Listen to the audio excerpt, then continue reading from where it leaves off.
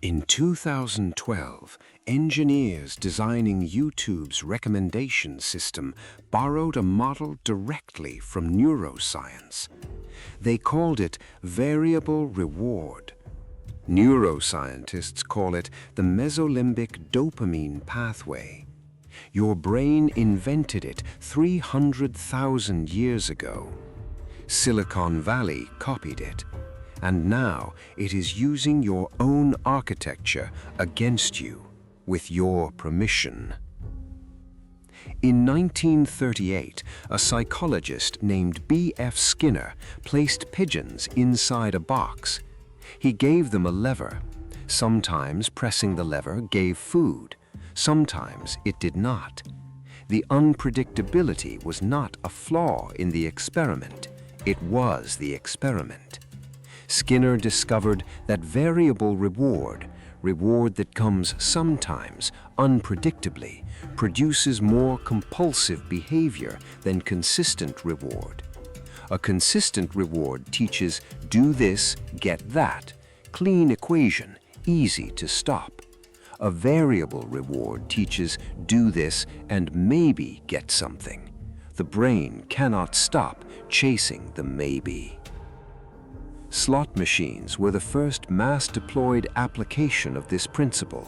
Nevada gambling regulators knew, addiction researchers knew. By the 1990s, the psychology was in every casino manual ever printed. By 2012, it was in every major app ever shipped. Here is the biology underneath the behavior. Your brain has a pathway called the Mesolimbic Dopamine system. It runs from a region called the ventral tegmental area, deep in the brainstem, up to the nucleus accumbens, the prefrontal cortex, and the hippocampus. This pathway does not register pleasure. That is a common misconception. What it registers is anticipation, the possibility of reward, the not yet. Translation: your dopamine system is maximally activated by uncertainty, not by getting the thing, by maybe getting the thing. The scroll is not designed to give you good content. It is designed to keep your dopamine system in state 3 permanently, uncertain enough to keep firing, rewarding enough to never stop. YouTube's 2012 recommendation overhaul, moving from clicks to watch time, was explicitly modeled on behavioral reinforcement principles. The engineers were not neurologists, but they were reading the same literature. Instagram introduced the pull-to-refresh mechanism in 2016, deliberately modeled on the slot machine lever. Pull down, wait, content appears or does not. The waiting period, even 0.3 seconds, is intentional. It is the variable gap Skinner identified. TikTok's algorithm does something more sophisticated. It does not show you what you clicked on. It builds a predictive model of your mesolimbic state and serves content calibrated to keep that state elevated. It is not showing you what you like. It is showing you what keeps your dopamine system in maximum anticipation mode. In 2025, a study presented at the ACM CHI conference, one of the most cited human-computer interaction venues in the world, measured something that had not been formally studied before. Not cognitive performance, cognitive confidence. Participants completed reasoning tasks, some with AI assistance, some without. Researchers measured not just accuracy, but the participants' own estimation of their ability. This matters because cognitive confidence, your belief in your own thinking, directly predicts whether you attempt hard problems in the first place. If the algorithm makes you feel less capable, you defer more. You defer more. It learns, you defer. It offers more assistance, you defer further. The loop is self-tightening, and nobody designed it that way. It emerged. Here is the feedback loop nobody is talking about clearly enough. Recommendation algorithms, language models, and engagement systems are all trained on human behavioral data. Your attention patterns, your response to reward, your cognitive rhythms. The AI is a mirror of human neurology, specifically the parts that are most exploitable. As shown in the 2026 NPJ data and the CHI 2025 study, prolonged interaction with AI-optimized systems produces measurable changes in attention span, dopamine baseline, cognitive confidence, and prefrontal cortex activation. The brain adapts to its environment. The AI has become a dominant part of that environment.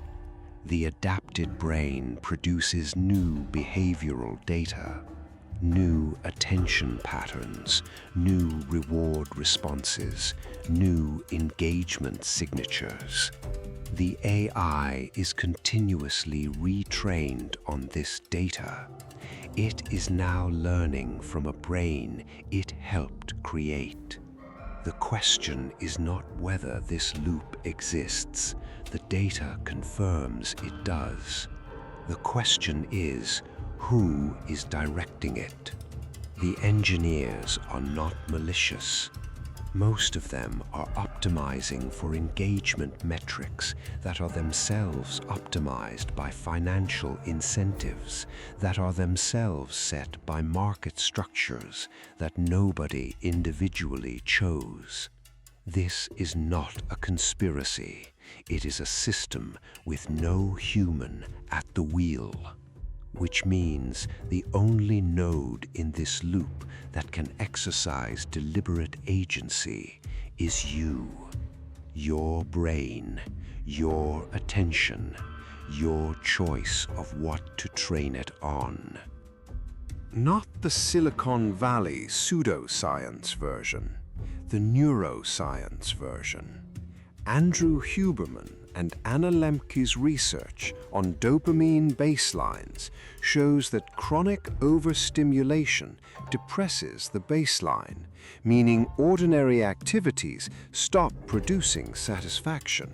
The recalibration, 48 to 72 hours of removing high dopamine inputs. Not all pleasure, specifically the algorithmically amplified ones. No feed scrolling, no recommendation engines, no variable reward loops. The baseline resets. Low stimulation activities become satisfying again. Boredom becomes productive. The algorithm removes friction deliberately. Every tap saved, every autoplay, every preloaded suggestion, friction removed is engagement increased. You can reverse this. Deliberately reintroduce friction between yourself and high dopamine inputs. Log out of apps, delete them from your home screen. Require yourself to type the URL. These are not metaphors for discipline. They are structural interventions that measurably reduce consumption, documented in behavioral economics literature. You cannot turn off the dopamine system, but you can redirect what it anticipates.